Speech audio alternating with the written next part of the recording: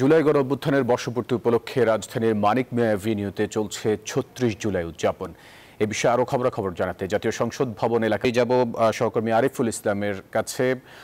আরিফ, মানিক মিয়া অ্যাভিনিউতে এখন কি আনুষ্ঠানিকতা চলছে? একটু আগেই তো প্রধান উপদেষ্টা অধ্যাপক ডক্টর মোহাম্মদ ইউনূস জুলাই ঘোষণাপত্র পাঠ করলেন। এই মুহূর্তে কি আনুষ্ঠানিকতা চলছে? ৩৬ জুলাই উদযাপন উপলক্ষে মানিক মিয়া অ্যাভিনিউতে লাখো তরুণের সমাবেশ, লাখো তরুণের উপস্থিতিতে কিছুক্ষণ আগেই হচ্ছে প্রধান উপদেষ্টা ডক্টর মোহাম্মদ ইউনূস কিছুক্ষণ আগে জুলাই ঘোষণাপত্র পাঠ করেছেন। সেই সাথে এখানকার যেই ছাত্র জনতা রয়েছে, এখানকার যে উপস্থিত জনতা রয়েছে, তারা বলছেন যে এরই মধ্য দিয়ে যে বাংলাদেশের যে ইতিহাস, সেই ইতিহাস কিন্তু সাক্ষী হয়ে রইল। আর সেই সাথে মানিক মিয়া অ্যাভিনিউতে উভয় পাশে আমরা দেখেছি যে লাখ লাখ মানুষ কিন্তু এই জুলাই গণ অভ্যুত্থানের যেই স্মৃতি বা সেই যে বিজড়িত সেই দুঃখ গাথা কিন্তু তারা যে ঘোষণাপত্রের মধ্য দিয়ে একটি আত্মতৃপ্তি পেয়েছে, এমনটাও কিন্তু এখানকার যারা উপস্থিত রয়েছেন তারা বলছেন। সেই সাথে তারা বলছেন যে বিগত ফ্যাসিস্ট সরকারের আমলে যে ধরনের পতিত সরকার আমলে যে ধরনের নির্যাতনের তারা শিকার হয়েছেন, এখানে অনেকের সাথে আমরা কথা বলি, তারা বলছিলেন যে আজকের দিনটি হচ্ছে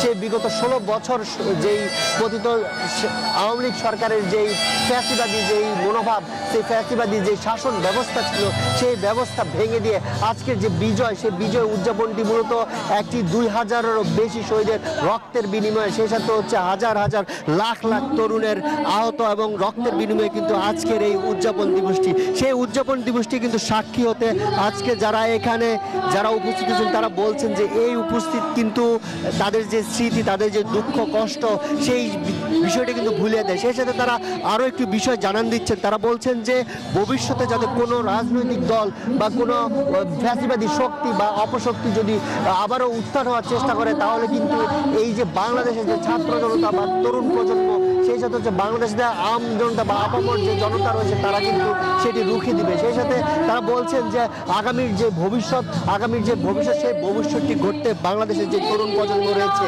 সেই তরুণ প্রজন্ম ঐক্যবদ্ধ রয়েছে। সেই সাথে অতীতের গ্লানিগুলো বলে অতীতের ভুল ভ্রান্তি থেকে শিক্ষা নিয়ে ভবিষ্যতে কীভাবে বাংলাদেশকে ধরা যায়, কীভাবে বাংলাদেশকে এগিয়ে নিয়ে যায়, সেই চিন্তায় কিন্তু এখন সরকারকে সহযোগিতা করতে হবে। এই ছিল এখানকার হচ্ছে বান্ডেল থাকলে প্রতি সেনমানিতে টাকা বাঁচবে। বিকাশ সেনমানি বান্ডেল কিনে জিতুন প্রতি লেনদেনে।